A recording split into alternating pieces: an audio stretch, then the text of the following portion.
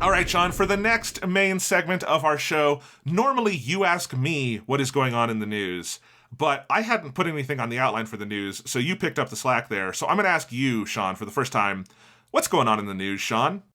Oh, well, this is a fresh and strange feeling. Yes, well, our news segment looked very sad and bleak and lonely when I first looked at the outline. So I dropped some things in here.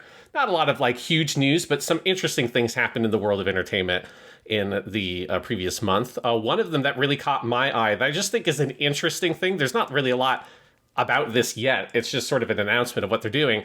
But 343 Industries, the developer of every Halo game since and including Halo 4, so Halo 4, Halo 5, Halo Infinite, and then various the Spartan Assault and all that kind of stuff, right? The stewards of the Halo franchise post Bungie, they have now changed their name to the very creative title Halo Studios. So they took their name that sort of implicitly was a Halo Studios name, because 343 is, of course, a reference to 343 Guilty Spark, and they just said, we're being too subtle, guys, let's just call it Halo Studios.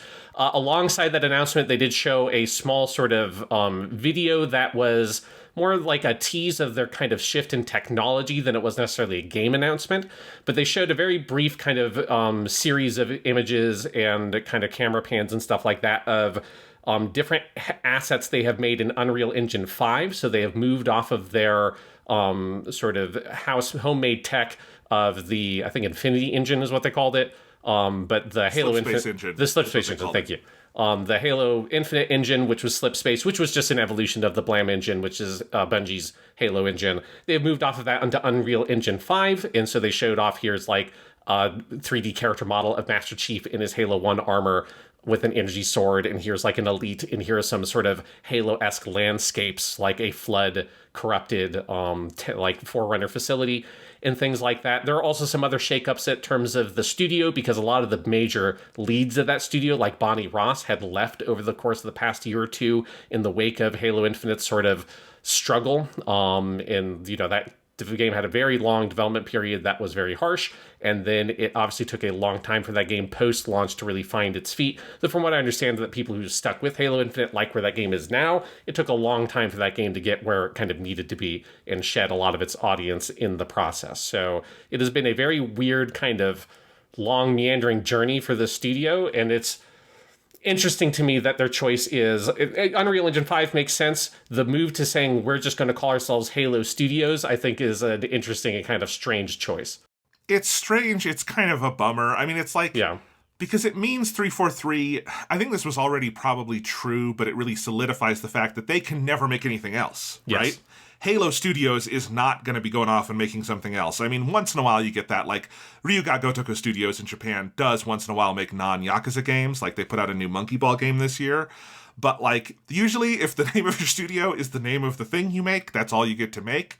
And, we'll see. Halo has not had a particularly successful game launch since 4, if we're being generous. And I think 4 had problems too, but it also had a lot of goodwill coming into 4 that 5 did not enjoy, that Infinite really did not enjoy. Infinite was clearly meant, as its name implies, to be a platform for new Halo stuff over the years. It never became that. They've never continued the story or any of that. They've, I guess, had seasons for multiplayer, but you don't hear about it. I do not see Halo Infinite covered in the games press ever. It's just kind of ignored. So it's a bummer, and they've got to turn the ship around somehow. We shall see. I'm very curious what they do next. The Unreal Engine 5 thing makes sense. The Slip Space engine had a lot of problems. Although one of the problems is something that is just endemic, which is that they had a lot of turnover from using contractors and firing them within a year or laying them off, which meant that people were not able to use the engine to its full extent because there was no institutional knowledge. Switching to Unreal Engine 5 ameliorates that problem to a degree because the people you're bringing on and off will know UE5 from their other work in the industry, although it doesn't fix the issue that I think you need institutional knowledge to make games like this. And the weird thing, Sean, I was just thinking about this, Halo Studios, or 343, whatever we want to call them, they have now been making Halo games longer than Bungie did. Yep. Bungie was 2001 to 2010. Obviously, some work before 2001. They didn't make it all in 2001. But Halo Studios has been flying that, ship since 2011, so for 13 years now.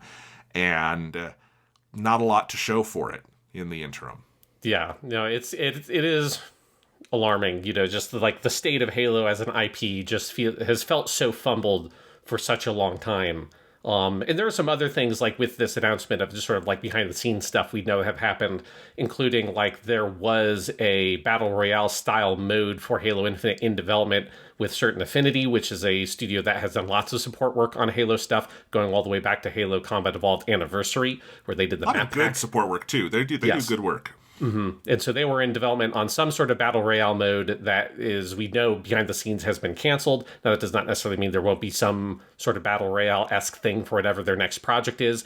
There have also been lots of rumors that I think you can kind of look at that UE5 teaser video and sort of read between the lines that this is probably likely going to happen, but lots of rumors that they are in development on a more fulsome Halo 1 remake than what Anniversary was. And even then, Anniversary was a long time ago.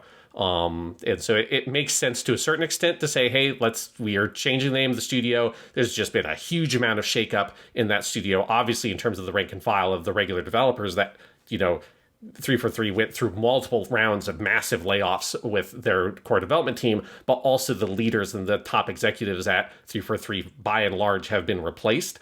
So it makes sense if you're kind of starting somewhat fresh that you want to go to a simpler project like a remake. At the same time, that also is not very exciting. But I also don't know what would excite me about Halo these days. This was a feeling I had playing Astrobot, was looking at all the sort of games that Astrobot pays tribute to and feeling almost kind of contented with how many of them are just done. And I'm like, that's how it should be. That's right. Things can end.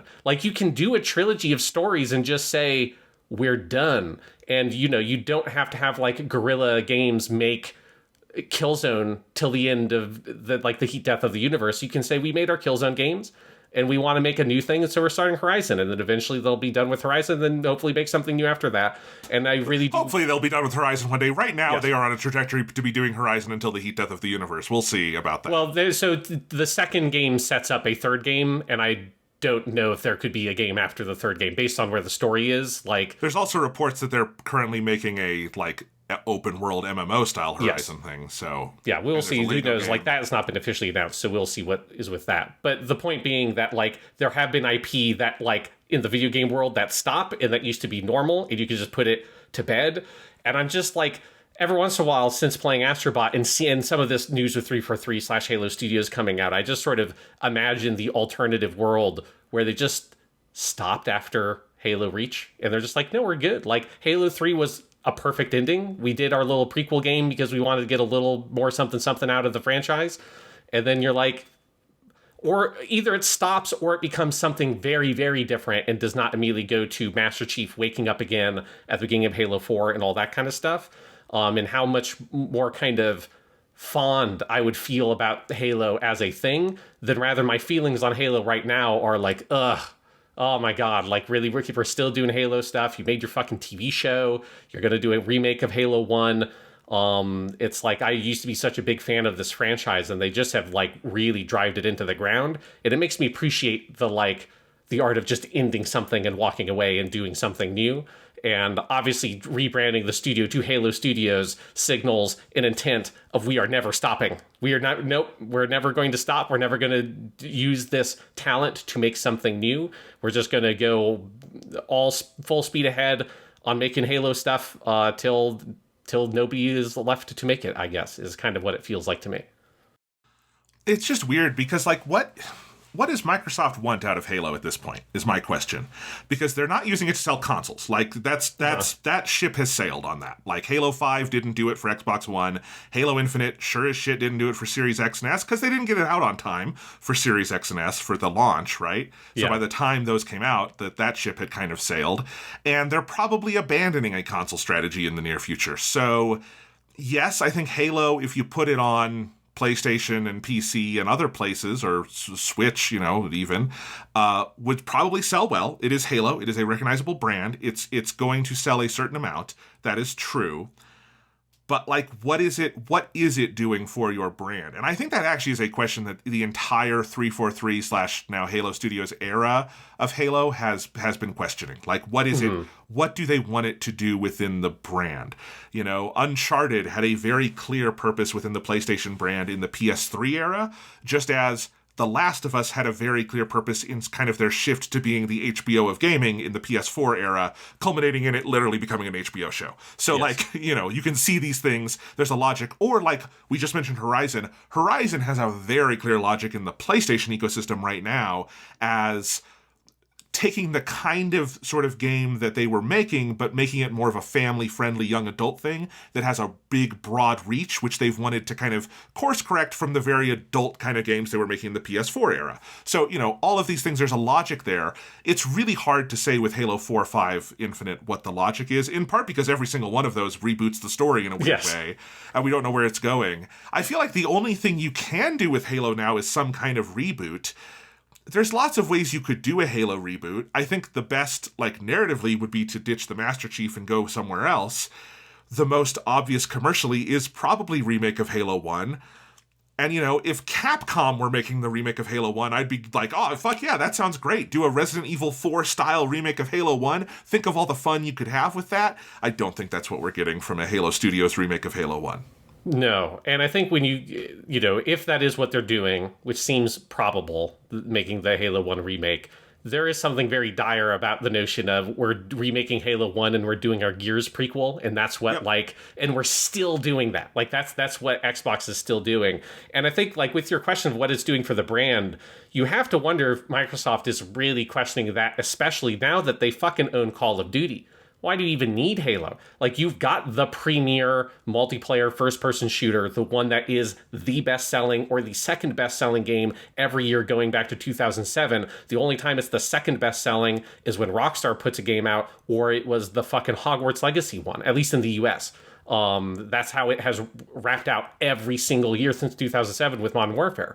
So, what do you need a Halo for? Why not just make Halo Studios a Call of Duty support studio and just make more Call of Duties than you used to make? Call of Duty Black Ops 6 we don't have full final numbers because it just came out, but it has done extremely well. It will be the best-selling or the second best-selling game of the year, and it will almost certainly be the best-selling game of the year.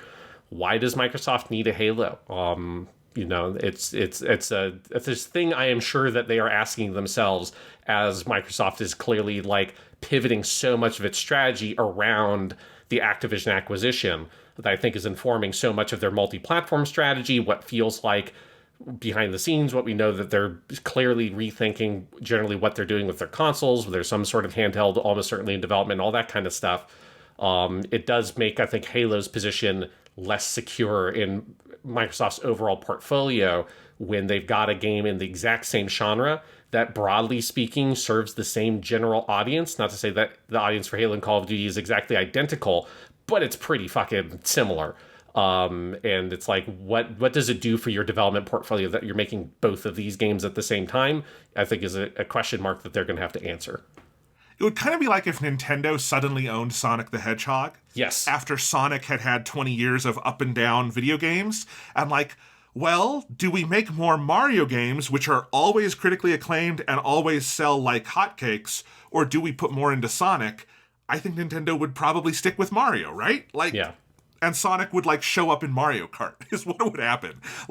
I think what's going to happen with Halo is we're going to see the Master Chief running around in Call of Duty as a skin in the next year or two, right? That. Yeah. That's definitely happening. So who the hell knows? It's weird. And I think the bottom line is the problems with Halo are not the slip space engine or any of these other things. It is that 343 was a very broken studio that couldn't make things. And Bungie was not that. Bungie was a well-oiled machine that put out Halo 1, 2, 3, ODST, and Reach within under a decade, and they're all great. And, your engine isn't going to fix that. The name of your studio isn't going to fix that. Doing a remake of Halo 1 isn't going to fix that. I'm not saying they can't make a good studio out of that. You get the right people in place and you give them what they need and you create a studio culture. It can happen, but it hasn't happened for 13 years. No, and I think my sense is that naming your studio after your IP is not the thing that's going to help you build like the team of super strong creatives you need to make a great game, because you're telling the world we're in the Halo factory. If you want to be in the Halo factory, come with us. If you want to make anything outside the box, you do not want to come to this studio. I think that's part of the problem with labeling your studio like this. It's a thing I think is happening in a lot of the other entertainment world. Like, I think Disney kind of has this problem where it's like everybody knows if you want to be like a cog in the factory that makes a Star Wars or makes a Marvel or whatever, here's where you go. And that's kind of what it feels like with the Halo stuff now, and to a lesser extent, or I guess actually to the same extent, Coalition with Gears. And I think that is also a thing with studio culture. I question the overall impact of the studio culture when you make a move like, let's just name this studio after an IP. But that's enough about that. You mention a little bit of Nintendo. I want to mention some Nintendo stuff here. And I know that you've at least tried one of these things, I know for sure. I hope you've only tried one of these things. So Nintendo, they're still being very coy about Switch 2 stuff. Who knows? For fuck's sake, all we know, by the time this podcast comes out, maybe they'll decide to announce the Switch 2 on election night. They're just like, here we go. We're just going to help you guys and drown out the news of election with we're the Switch 2. It's felt like the Switch 2 is going to on the precipice of being announced for 2 or 3 months at this point. But they're like, you know what? We need to announce not the Switch 2. We got to let people know that Nintendo still does some weird shit. So they've announced 2 weird things. The first one, early October, they announced the Nintendo Alarmo, which is my favorite name for a product ever, which is a $100 custom alarm that has various Nintendo songs in it. And it also has, so I did not buy Alarmo. I have not used the Alarmo. I've only seen a video of it.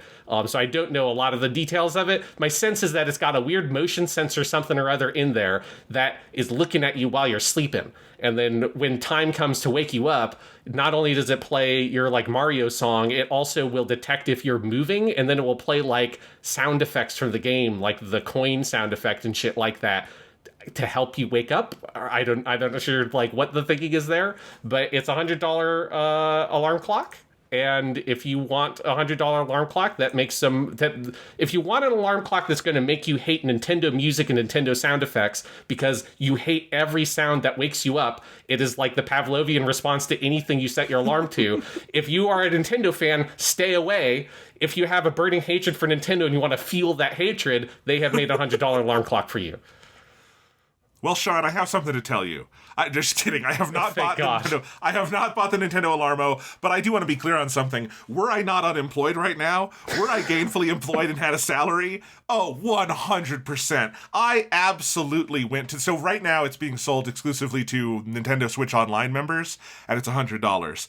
And I went and looked, and when I saw the price, I went, okay, I'm poor right now. I cannot afford this thing. No, God, no. But I was like, man, if I had a job, if I had a decent paying job, not even a well-paying job, 100%, because that sounds like the kind of stupid bullshit I would love to check out. I bought the Super NES Classic. I bought that Game & Watch thing that had Mario in it. I would absolutely buy and try the Alarmo because it would be a funny thing to talk about on the podcast. Sadly, I do not have money right now. So, go buy some Fade to Lack subscription so I can buy a Nintendo Switch Alarmo.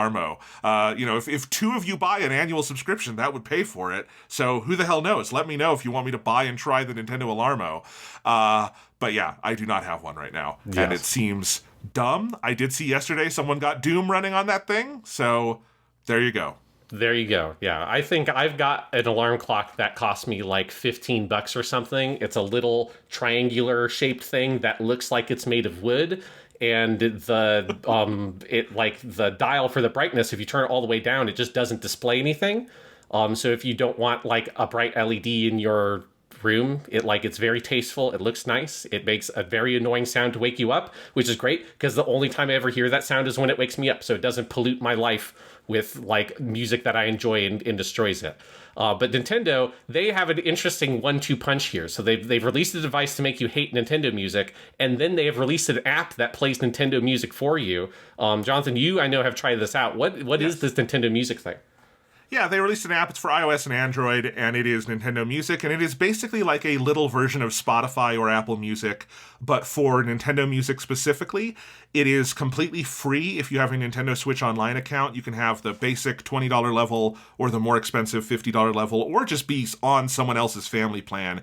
Any of that will get you the Nintendo Music app, and I actually think it's pretty cool. Like, if they were charging you $10 a month for this, I'd be like, okay, this is stupid. But just as an extra bonus on something you already have, other people should be doing this. PlayStation should have something like this. This is cool. This is like really neat. Like it's organized in a couple of different ways. You can go by character, you can go by theme, you can go by genre, and it'll have a bunch of tracks for you, or you can just go in, dig in, and it'll show games. Because it's connected to your Switch account, it also at the top row just has your games. Anything they have that they know you've played on Switch, they put in there for you, so you can easily find that. Now here's the thing, I have played every game that they have in this app so far, so they are all in the Your Games thing for me.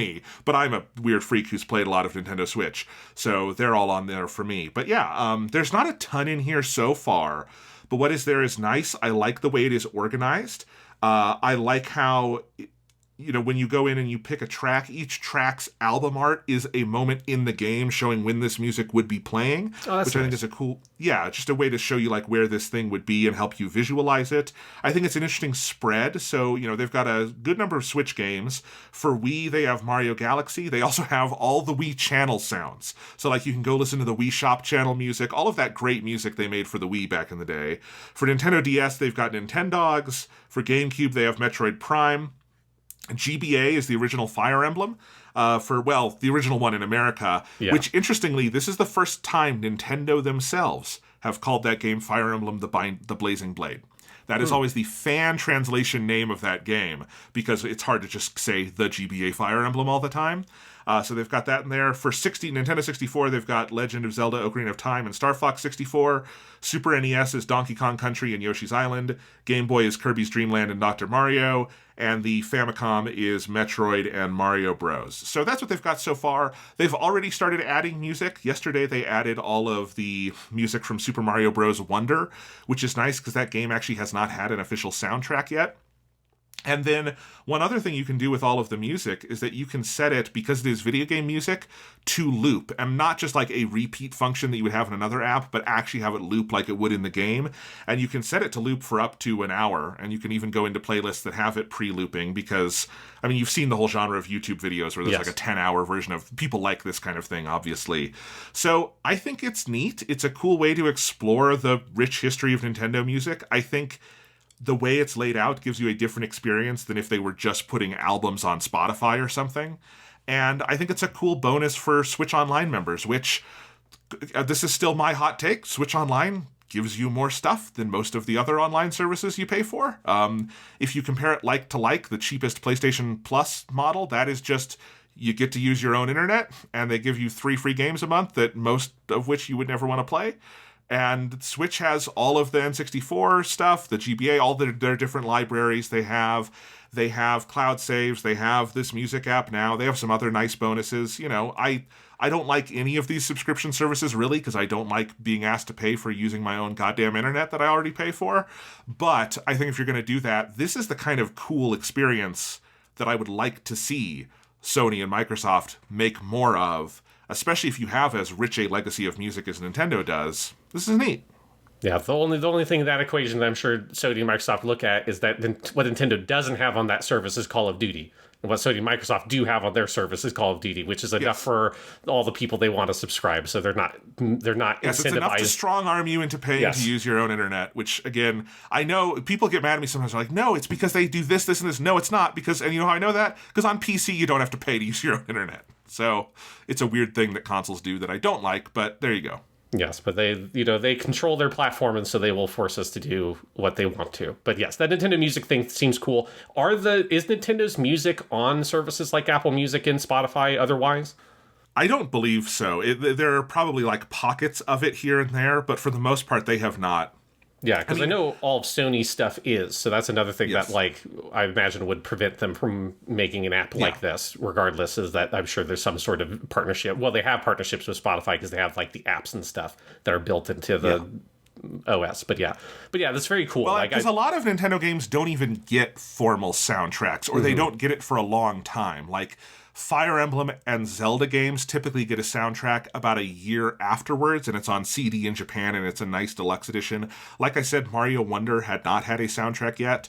There's never been an official soundtrack of all the Wii Channel music. Metroid Prime, I don't think had a soundtrack since like the early 2000s, and it was a Nintendo Power exclusive or something like that. Like, that's a rip I had of that. So it's just making a lot of that music easier to find. I mean, obviously you could go on YouTube and find a lot of this, but this is a nicer way to see it. And I hope they support it and add more stuff because, they have a lot of music they could share. Yeah, and I like the thing of that it shows you where in the game it plays, because that's a problem I sometimes have with video game and movie soundtracks, is a lot of time, like, I'll get to a song, and it's like that thing where it's like, I kind of remember where this was, but I really want to know exactly where did this play. Because it's like, it just is that kind of, it's on the tip of your tongue kind of thing. It just bugs me if I can't remember what scene was this in or what level did this play on. So I like that they have that. That's the thing that all video game and movie soundtracks should just include in some sort of information on their streaming platforms. But yeah, so that's Nintendo's weird stuff. We've got a couple of other game stories here. So we've got Sony has continued their, we haven't really ever talked about this, partially because all this shit happened while I think in the dark times, in the interim between weekly stuff and purely academic. But Sony has ultimately closed down the development studio Firewalk, which is the creator of Concord, which is what has got to be one of, if not the biggest bomb in video game history. So Concord is their Sean, by some estimates, it's the biggest bomb in entertainment history. There is because Concord lost $400 million minimum. There's no movie that has lost that much money ever. So, like, it's honestly been underreported, I think, I'm surprised the trades, like Hollywood Reporter, haven't talked about this more. It is a historic level bomb. Yeah. Well, I don't think we know exactly, obviously we do not know how much money was really lost. So, because I've seen numbers between 200 to 400 million. Obviously, that's like, there's a $200 million difference there, but that's still, regardless of whichever number it is legendarily a giant bomb. And it is just sort of like this fascinating story, I think, of where you see the price that is paid of AAA development these days, of where the games take so long to make. This game was in development for somewhere between 6 to 8 years, depending on where you start, when it started its development. It started in the heyday of Overwatch, and it ended when Overwatch 2 feels like a game that is still relatively successful, but is a game that everyone that plays it begrudgingly, and the whole industry has moved on from the hero shooter. And so Sony bought the studio that made an extremely expensive hero shooter that is like seemingly a blend between Destiny and Overwatch. And from what I can tell, people who played it thought it was fine. Like, it doesn't seem like it was a terrible playing game or anything, but the aesthetic was not particularly interesting, and it just is not a game that the market is interested in at all by the time it came out. And so just nobody basically played it. It could not support its own multiplayer population within a week of it coming out. And so Sony closed down the game and basically shut down the multiplayer servers. That happened in September. And then it's just been kind of quiet since, until now Sony has officially just said, no, we're guttering the studio and shutting it down. And Concord is well and truly dead. There's no trying to resurrect it. I don't think resurrecting it would have worked, so I'm not necessarily surprised at this choice. Like, I don't think making it free to play or whatever would fix the problems of Concord, but it is just like this tombstone that I think is a thing that I'm sure every AAA publisher is looking at right now, because we have had some other things that have not released, but that got very close to release, that are also huge bombs, of where the thing that this is very similar to is there's a game called Hyena that Sega was developing that was also a big multiplayer shooter that they spent years making and funded a huge amount of money into, and that game quietly shuttered behind the scenes before it ever released, but was also a thing that Sega took an absolute bath on. And so I think this is just this place where we are seeing these companies cannot make multiplayer only games. Like, you just can't do it unless you're making it cheap and aggressive. Because if you're spending huge amounts of money to try to develop your live service multiplayer only game, that needs a multiplayer population to support it and all those kinds of things to happen, like, you are taking such an insane risk because you are competing with the most popular games in the world that have been the most popular games in the world for over a decade for most of them. You're competing with Minecraft, you're competing with Fortnite, you're competing with Call of Duty, you're competing with Roblox, right? You're competing with these kinds of games that are the games that the people who play them just play them forever. There is not a big audience for a new one of those games, or if there is an audience developing for a new one of those games, if your game takes 5 to 6 years to make, you're not going to be able to put it out in the sort of quick enough way to hit that market when that market is ready for a new game. And so you're just firing shots blindly, trying to get a lucky hit, and it's crazy. And so it is not surprising to me that Sony has made the choice to shutter Firewalk. I think the thing that is surprising that they did not cut this off at the pass a couple of years ago, where I think it probably should have been fairly clear that this game's chance of success was going to be so slim. Like, even if it was a really good game and not just sort of like an okay one, still I think its chances of success are going to be so thin because it's competing with the biggest juggernauts the industry has ever seen that have been those kinds of juggernauts for years and years and years at this point. Yeah, I have two thoughts on this. One is the development time cycle has to change. It just has to change. Taking 8 to 10 years to make a video game is a choice. It is not an immovable fact of gravity. It is not like a thing that has to be the case. We had a long time, even when we had big HD graphics, of not spending 8 to 10 years developing a video game, and there is no version of this industry that survives where your average AAA development time is that long. I feel very confident saying that. You know, if, like, Sony's whole console business model doesn't make sense if their developers can get at most one game out per system. It just does not make sense. So there is that thing first. I also think, as we've learned over and over again, multiplayer only games with very, very minimal exceptions, incredible outliers like an Overwatch or something, don't work. I think it's very analogous to, in movies, the choice to make a movie streaming only. There's no such thing as a streaming-only movie that is successful. Just has never happened. Just never will. There's good streaming-only movies, because sometimes streamers buy movies and dump them on their service, but they aren't seen, they aren't talked about, they don't win awards. Just never happens. Because the audience sees those as lesser to some extent. They see them like they are direct-to-video movies. They don't see them as having any value. Even if that audience would never have gone to see it in a theater and would have waited to see it on streaming, they will not see it the same way. And I think it's the same thing with games. I think like Call of Duty has learned this lesson. Like, the one time they decided to take out a campaign was Black Ops 4, I think, and that one was like a huge debacle. And like, there's a reason they keep those campaigns in the game, not because the campaign is the thing that most people spend their time in, but there's something that like gives it some kind of sense of you're buying a product that has some kind of like weight and prestige behind it. And I think we've seen that over and over too, of just, if you're trying to create the pay us $60 to play a game that only has online multiplayer, most people do not value that value proposition. Yeah, and I don't think it's a price thing at all, because Concord was $40. I think a lot of people said after it came out that, like, oh, well, they needed to make it free to play. It's like, I don't think that matters, because you're already, so many games of these games are free to play. Because even Call of Duty, while the base game is not free to play, the Warzone mode is. Yes. And so I don't think it's like necessarily a price thing. I think it is just your chances of landing it are so narrow. There was a time in the PC market space where you could make a multiplayer only game and expect to have a reasonable amount of success. And this is through the 90s and the early 2000s. You have games like Counter-Strike, you have games like Quake Arena that are multiplayer only shooters that were very successful for their market. But also those games didn't take 5 years, 6 years, 7 years, 8 years to develop. They didn't have these kinds of massive $100+ million budgets. And also those games, for the most part, faded out of popularity over the course of a couple of years. You know, people were not playing Tribes for 10 years, right? The few ones like Counter-Strike that did have that level of popularity were extremely rare. Now it's like that space is just so clogged because nothing moves out of that space. Every game that is successful has to be what back in the day was a Counter-Strike level success. Like, every game has to be a Fortnite level success because Fortnite hasn't moved out of that space.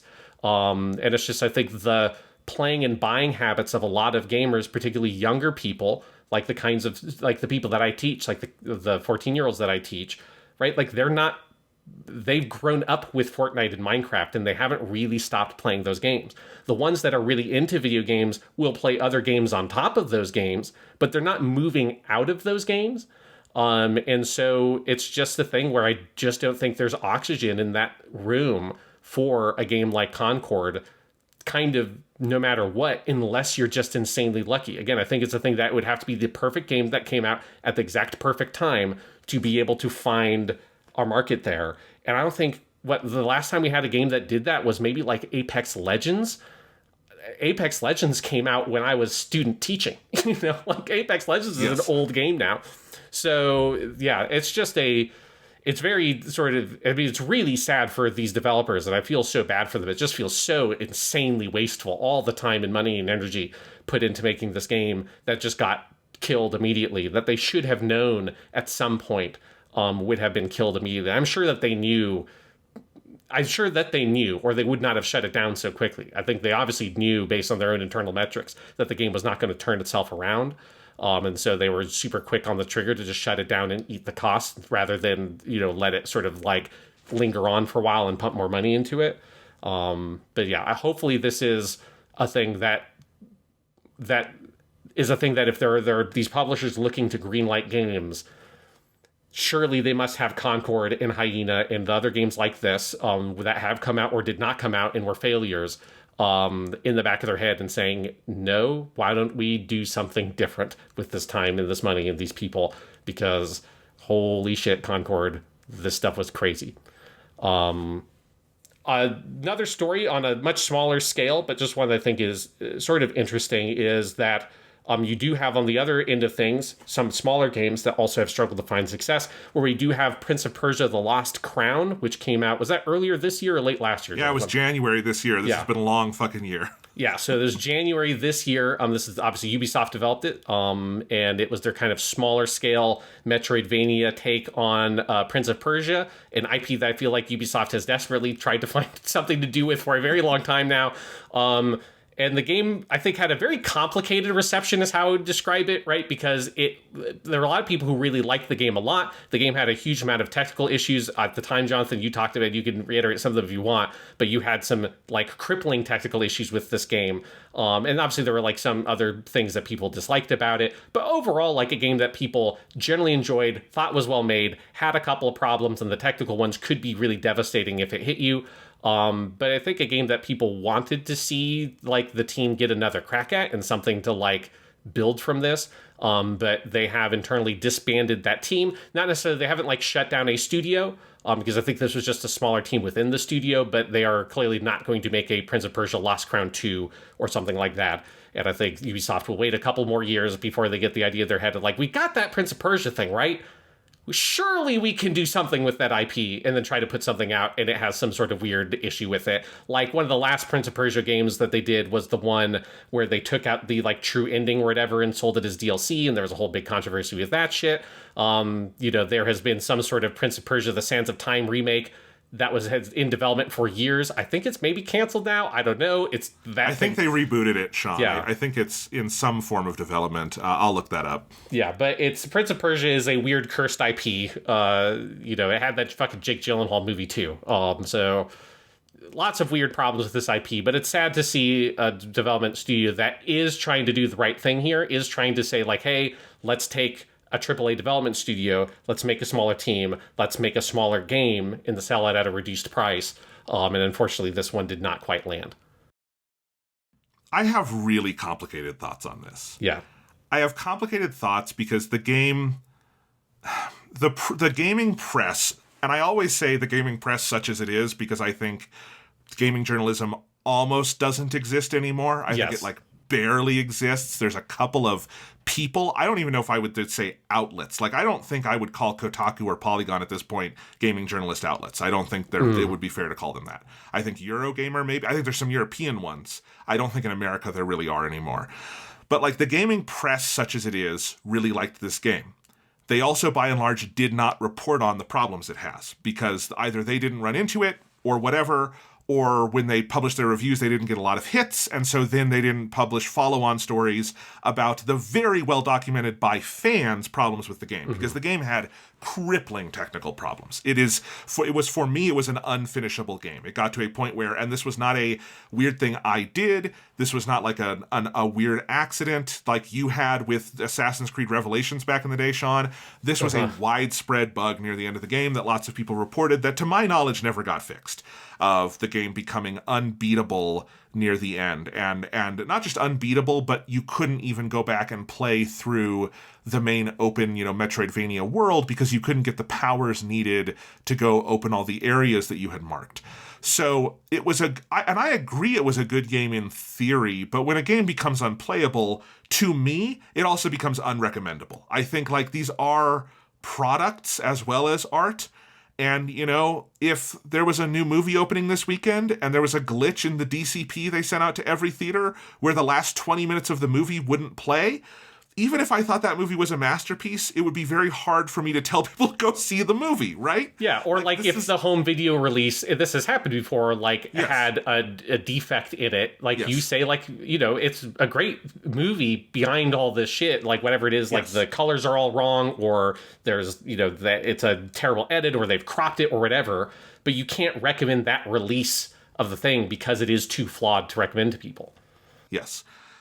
And in movies, these things get reported. Like even if it's, physical media does not sell a ton anymore, but you can bet your ass that if a 4K disc comes out with a glitch like you're describing, Sean, there will eventually be a replacement program by the studio because there is journalism around it to hold their feet to the fire. And there are people who can call and say, do you know about this? And they will respond.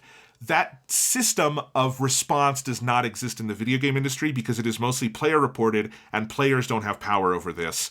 Journalists might if they could get that out. So there was a weird... So the game never got fixed because there was a weird confluence of it wasn't being reported on, it didn't sell very well, right? And those two problems fueled each other. But I also think the game would have sold better if there was positive player word of mouth, but the player word of mouth was much more negative than the journalism word of mouth. So this is why I have some complicated feelings, because I don't like to see a team disbanded. To be clear, none of these people were laid off. They were put to other jobs within Ubisoft. They did not lose their livelihoods over this, and that's good. I don't want anyone to lose their livelihoods over this. But I can't do the Viking funeral for this team. I can't do the oh my God, what a giant loss for the world of video games. And I'm not even necessarily saying it's their fault specifically, but we are in this shitty situation where there's this confluence of factors. Ubisoft did not give them the resources they needed to get this game out in a shippable state. There was no journalistic apparatus to hold their feet to the fire once that was out to make them better.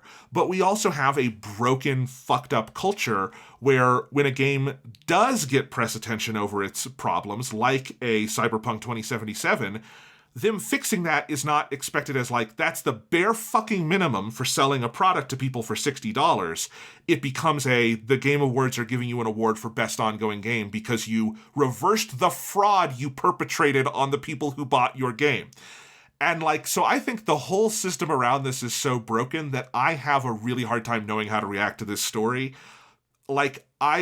I can't say I finished The Lost Crown because I didn't, but if I had finished it, I can't say I finished it and went, man, I can't wait to see the sequel because I couldn't finish the game. So I can't lie to you and say that I'm really sad about the future Prince of Persia games we're not going to play. I don't know if this makes sense, Sean. I just have a very mixed reaction to this whole thing because I think it pinpoints 7 different problems in video games right now that are all interrelated and all really damning to the industry at the moment. Yeah, no, and this is why I wanted to include it in the news section for the podcast because it is not a super dramatic story like the Concord one, and as you say, nobody here got laid off. It's just that whatever that team was and whatever their kind of system they had of working together and all that, that's gone, and that sucks because it does feel like that is a thing that is under appreciated or under fostered. I don't know what the word to use for it is, but that a lot of Western game studios in particular lack is a consistency of the development team and partnership amongst the developers, right? This is part of the thing that 343 had that you alluded to earlier with like the contractor situation that not just 343, but multiple other Microsoft-owned studios suffer from because it's a Microsoft-wide policy that does not really gel well with a video game that's going to take 3 years minimum if it's a quick development cycle these days to come out, if you're shedding people a year into the development process. And so that lack of institutional knowledge is a thing that's going to prevent these games from being able to be like a Yuga Gotoku Studios joint, right? Which they put those games out fucking every goddamn year, and it is a super tight team of people that have worked together for years and years and years and years and years, that they're super familiar with their technology and all that kind of stuff. Like the efficiency you see in some of those studios or at studios at like Capcom and stuff like that, where we have seen, and obviously Nintendo's the other really big example, that a lot of Japanese studios, partially because of their culture where people don't leave and they stay at the same place for very, very long, like they develop this large well of institutional knowledge and of people who are like coworkers that know each other and know the process and all those kinds of things. Those develop over years and stick around rather than being sort of shed and destroyed, which is what it feels like happens so often in Western studios. At the same time, who came up with Mario 30 years ago are still working on the most recent Mario games. Not as like the overall creative leads, but Shigeru Miyamoto gave ideas and, you know, talked to the people making Mario Wonder. That is like unthinkable in Western game development now, but it is like so, it's just so key to understand the success over in Japan, right? Exactly. And so it's one of the things that's very sad about this story is that you want this team that again, on paper, did all the right things, did the things that's the opposite of the Concord story, where it is a smaller team that did make a budget title, that was a smaller game. At the same time, though, the end result was this game that, as you say, like for lots of people had these crippling technical issues that was effectively a broken product that people have paid for. And that is something that, like, you can't reward. And so, so you end up with these very complicated feelings. And I think that's why it's an interesting news story. It just kind of points to how difficult it is in the video game business right now for like so many different reasons. And that game, I think, is kind of a symbol of that this year. And this very, very long year, because it is wild that came out in January. I thought for sure that was like a late December thing. Not to say that that's that meaningfully different, but for whatever reason in my head, that is a meaningful difference. Indeed. Sean, I was recently, because we're coming up on the end of the year, and I was making a list of everything I played this year and that I still want to play for top 10 time. And I was remembered that was a game from this year, and I had a small existential crisis of like, oh God, that's on the list? What the fuck? 2024 has been long. Yes, it's been very long. Anyways, that's it for video game news, but we've got some interesting movie stories. This first one is quick, but is very important. Toho has announced that they are making a sequel to Godzilla -1 that will once again be helmed by the director of that film, Yamazaki Takashi, who's both the director and the special effects director of that movie, which is, and I assume that he will have that second role as well. I don't think that was officially announced, but one can assume. And this is great. I obviously, like, Godzilla -1 was just amazing on its own, but it's also a thing I think I've been wanting from Toho is to get a little bit more consistency with their Godzilla release stuff. You know, like Shin Godzilla took a long time till it came out. Then it took a long time to get a new movie after that. And those are two of the best Godzilla movies ever. But I do sometimes look back at the old days with fondness where, you know, whether you're talking the Showa era, the Heisei era, or the Millennium era of movies, they had a habit of putting out one a year. I don't know if they need to absolutely do one a year, but one more than every 5 to 6 years would be great. And so I'm very excited to see this. And I have to guess that this means it would be a versus movie. They haven't said. The only thing is that this movie has been greenlit and Yamazaki's back on to direct. So I don't even know if they have a story treatment or whatever even done for the movie yet.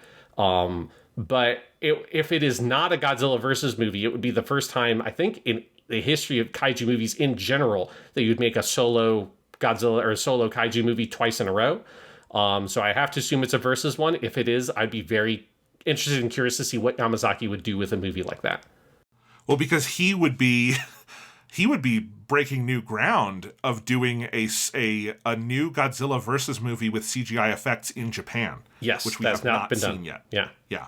So, I mean, Shin Godzilla it makes sense why that never had a sequel. It was not built to have a sequel. Hideaki Anno was busy going off and making an Evangelion movie, and it did have kind of a spiritual sequel in Shin Ultraman and Shin Kamen Rider, so there's a relationship there. But like Godzilla Minus One, if there was never a sequel, artistically that would be fine, but it's built, you can do one based on it. Like, it does not end or feel like it is built in such a way that you can't do more Godzilla, and Yamazaki Takashi, to our knowledge, does not have, like, you know, a massive 20-year anime project he's been working on that is distracting him, so I am very, very glad to see him back at the helm. I mean, Godzilla Minus One was a huge hit.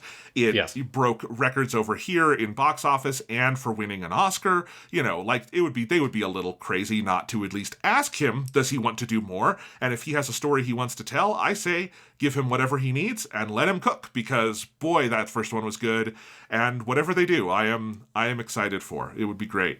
Yes, and now, of course, though, the great question is, what do you title this movie? Because the first one is called Godzilla Minus One. Do you just make this the third movie in the franchise just called Godzilla, or do you bother calling it Godzilla Zero?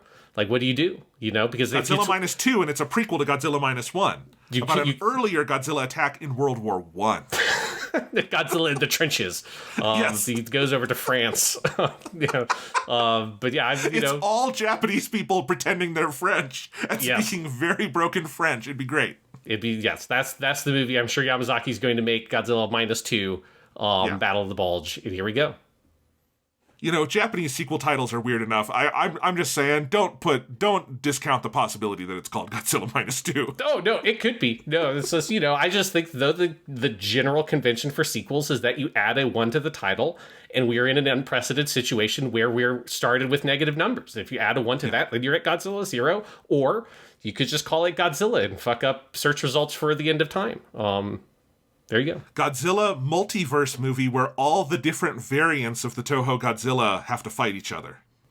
Yes, Godzilla across Which one? The Godzilla verse. That's a good question, Sean. Which Godzilla wins in a fight between all the Godzillas? Which Toho Godzilla? I don't. Why do I have to specify this? The American Godzillas would lose. Which Toho Godzilla wins? I think my gut goes to either the Heisei era Godzilla versus Destroya Godzilla, which is the one that's just a walking nuclear bomb, or Shin Godzilla. I think you could also put Godzilla Final Wars Godzilla in there. Is pretty fucking gnarly. I think those are your three big ones. Because if you go to the early Godzillas, they're small compared to, like, Heisei era Godzilla gets very big because the buildings are very big, and so he has to be bigger. They've kind of stuck with that since. And so, yes, I think it's one of those three is what it would come down to. You have kind of goofy looking King Kong versus Godzilla that looks kind of weird because the suit wasn't very good. That guy would get knocked out pretty quickly. But yeah, I think that's where it'd go. I think Shin Godzilla fighting Destroya Godzilla, who has a nuke inside him, would be the end of the planet Earth. That'd be it. Yes, you have the ultimate symbol of the nuclear bomb, because he is now actually a nuclear bomb, versus like the Lovecraftian nightmare that is Shin Godzilla. All right. Speaking of Lovecraftian nightmares, Jonathan, what the fuck is Disney doing with Star Wars? Nobody knows. We've got some TV shows that have done well, we've had some TV shows that have done poorly. I haven't seen The Acolyte. Let's be honest, no one's seen The Acolyte. That's why The Acolyte was canceled. But there's some people online who are very sad about The Acolyte being canceled, and I'm not even fully aware that they've seen it. I watched The Acolyte. It was fine. Okay.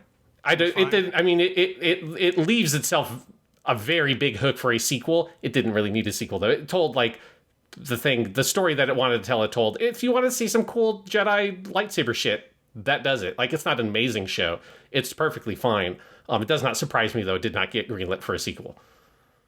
Yeah, so, okay. But Disney, since they got Star Wars in 2015, have announced more Star Wars movies than there have been years that they've owned Star Wars. And one of those was that a couple years ago, they announced a Rey solo movie. Do we call her Rey Skywalker? I don't know. But a sequel, basically a sequel to the sequel trilogy that I guess wouldn't technically be episode 10. It would just be her own. It would basically be Rey doing the Jedi Academy thing that Luke did in the expanded universe. The writer was going to be Stephen Knight, who is a name you might know. He's written lots of different things. And we just learned that he has left over creative differences, as almost everyone who's worked on Star Wars at Disney has left. And so this movie now is up in the air once again, even though they did get Daisy Ridley on board, which was, I think, the bigger hurdle early on, was to get these people back who largely did not have good working relationships on the Disney sequel trilogy, given how that ended. I don't think they're getting Finn back. I don't think John Boyega's coming back to Star Wars, based on what he said. But anyway, yeah. So, Sean, when you put this on the outline, I immediately went and started making a list of all the Star Wars movies announced by Disney that do not currently exist. Some of these might exist eventually, but let's go through these, Sean. I feel like one of the earliest ones was the Rian Johnson trilogy, because he made The Last Jedi, and then they were like, you get to make your own trilogy. And we've heard nothing about that since. No one's talked about it. Rian Johnson has been flourishing over with Knives Out and all of his stuff. He's doing great. He's honestly probably made more money from the Netflix Knives Out deal than he ever would have from Star Wars, so good for him. But that's never happening. Yeah, and I have to guess what has happened there probably was he started making the Knives Out stuff, like that was very successful, so he started making the sequels. And he looked at the Star Wars thing, it's like, fuck that, dude. Like, I want to get everyone to be angry at me for all time because these fucking shitheads on the internet just have, like, you know, The Last Jedi is like the most important thing that's ever happened in their lives is not liking that movie. Fuck you. Yes. I'm just going to go over here and make my fun little, like, murder mystery thing. Yeah, he can put all the people of color he wants in the Daniel Craig movies, and no one gets mad at him. It's hey, what a weird world we're in. There was the Boba Fett movie that was going to be the third Star Wars story. Remember, we had Rogue One, we had Solo. There was going to be Boba Fett. This was going to be made by Josh Trank, the director of Fant Four Stick. But then Fant Four Stick came out, and Kathleen Kennedy wisely pulled that. That movie did technically become the Book of Boba Fett and The Mandalorian. It was split, like, the idea of a Boba Fett movie became The Mandalorian, but they decided not to use Boba Fett, and then eventually they decided to use Boba Fett and make his own show. So that did technically happen, just in a different form. And not with Josh Trank. Yes. Who is not working in Hollywood anymore. There was going to be a trilogy made by Benioff and Weiss, the writers of Game of Thrones. That never happened, for maybe obvious reasons. Now, they did sign an overall deal with Netflix, and they've been doing the three-body problem thing, but whatever.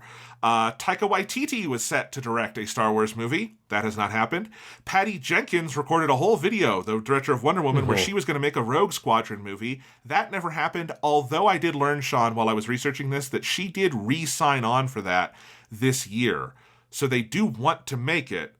It's a Star Wars movie at Disney, so it's not going to be made, but she probably got some more money for that, and I'm glad for her.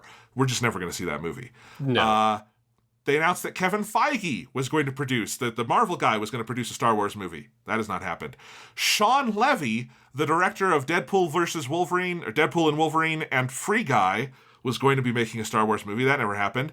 Lando, we were going to get a Lando spin-off movie based on the Solo movie.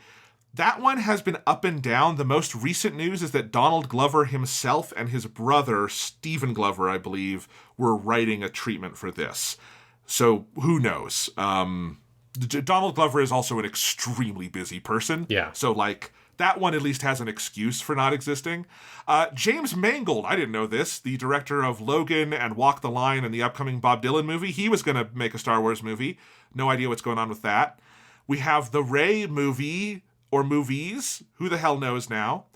Dave Filoni is apparently making a movie that is supposed to kind of be the thing that ties together all of his projects that he's been working on, but we don't know when that's coming out. And then lastly, we have the only movie that is coming out is the Mandalorian and Grogu movie. I believe that has filmed or is filming. That's Jon Favreau. It is just a sequel to the Mandalorian show, so that is the easiest thing for them to make because The Mandalorian exists. They know how to make it. You just make it as a movie instead of a TV show. And that is going to happen. My prediction is we're never going to see any of those other ones, except maybe the Dave Filoni movie. I think that could happen. I also think Star Wars is weird, and even Dave Filoni I do not think is bulletproof in this version of Star Wars.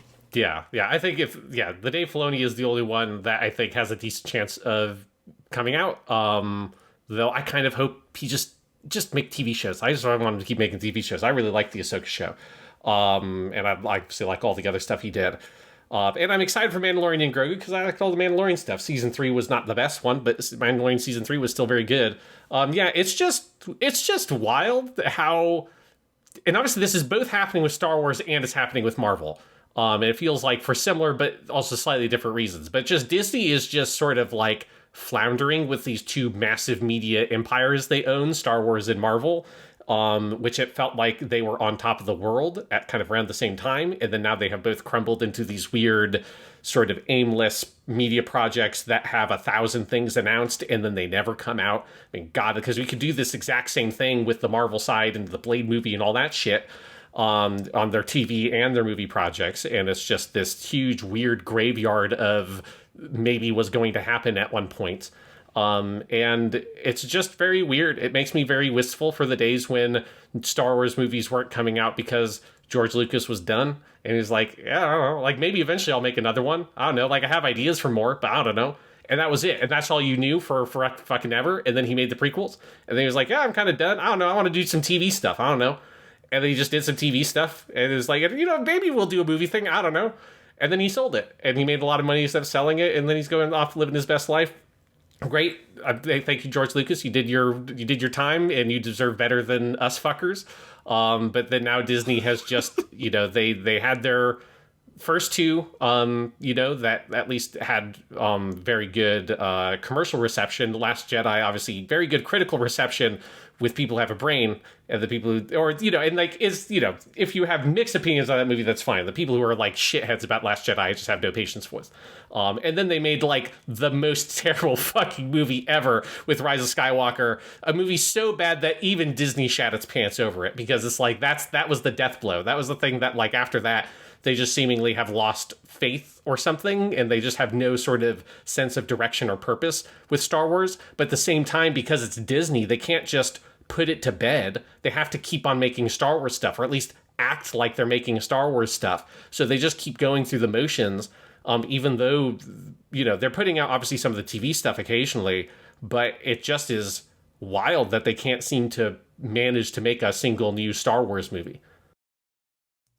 It's inexplicable. I think Disney is headed for some really rough waters in the coming years, because they have, like, next year's Marvel slate is a series of guaranteed flops. I mean, I'm sorry, that Thunderbolts movie, that movie is going to do Joker 2 numbers. Like, it just is. The new Captain America could be a, like, decent, like, first, you know, like a double, maybe.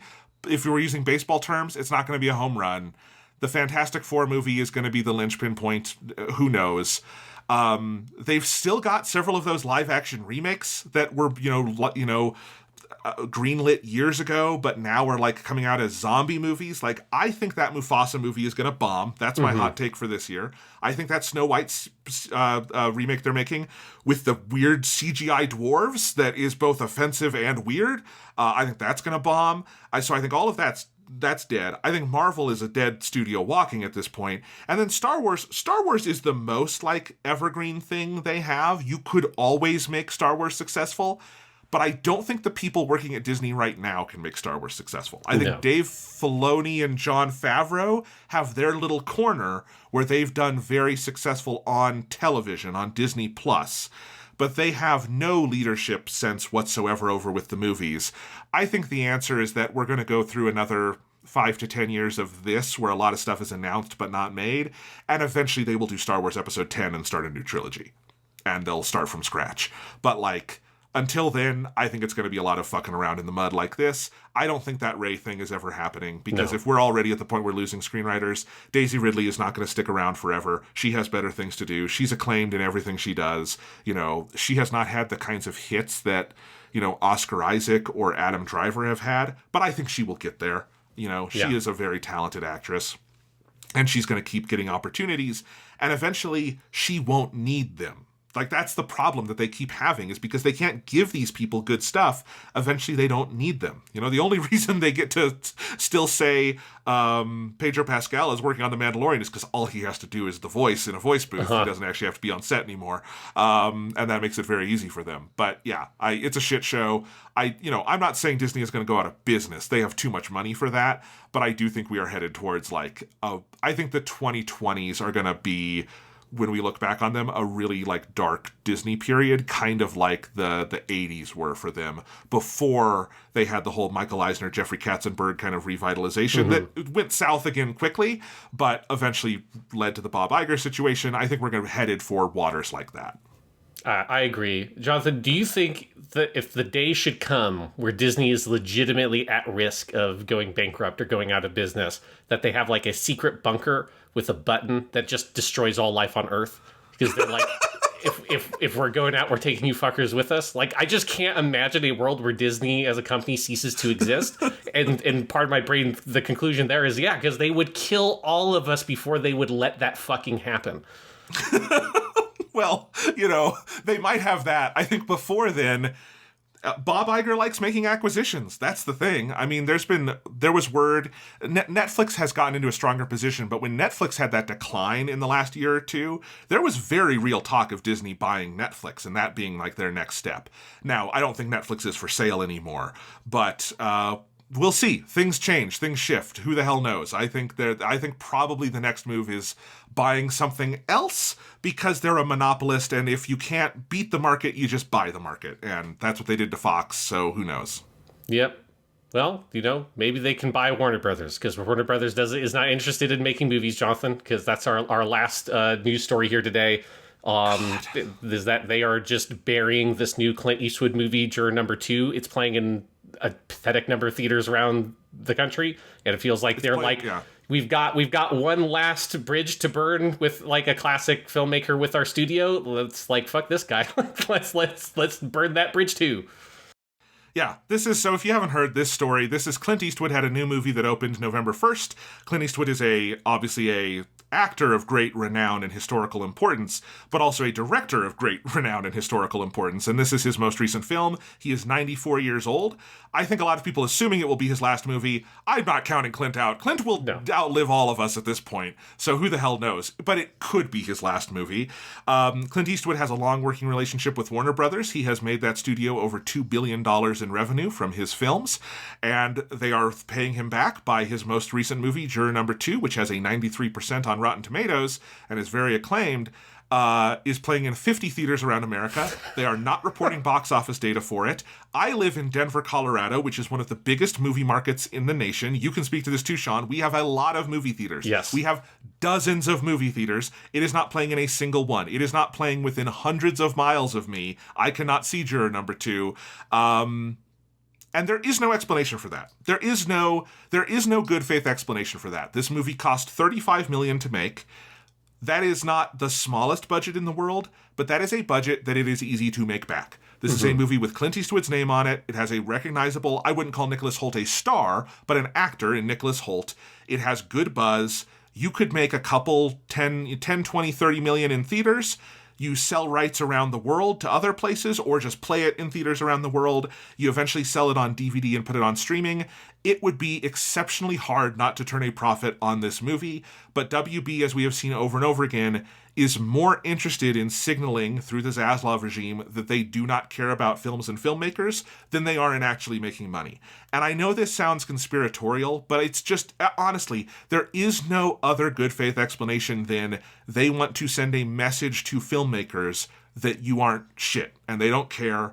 And if they can do this to Clint Eastwood, they can do it to you.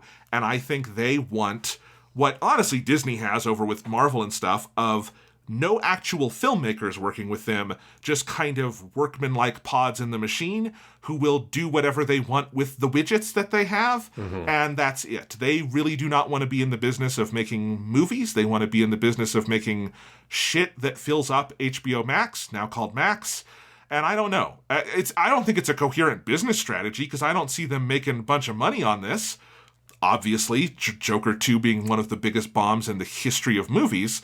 But yeah, it makes no sense. And if your response to this is, but Clint Eastwood is a Republican and he did that weird thing with the chair in 2012, fuck off. Fuck off into the sun. I don't care. Like, if Clint Eastwood were a weird MAGA Republican, maybe. But to what we know, he is not. And even if he were, at a certain point, like, I find that politics noxious, it's irrelevant to this conversation. It's completely irrelevant. He has never apparently set a toe out of line on here. His movies come in under budget and under schedule. He has made 3 movies in the last decade that made unbelievable sums of money for what they were. American Sniper made $600 million. That Sully movie with Tom Hanks made like $300 million. And he did another one that I can't even remember the name of, and a bunch of people I talked to didn't remember it existed, and it made like $200 million. Clint Eastwood is reliable. Clint Eastwood, his career started in the fucking 50s with Rawhide. He is older than most people alive today. Like, his career is older than most people alive today. Like, he is an institution.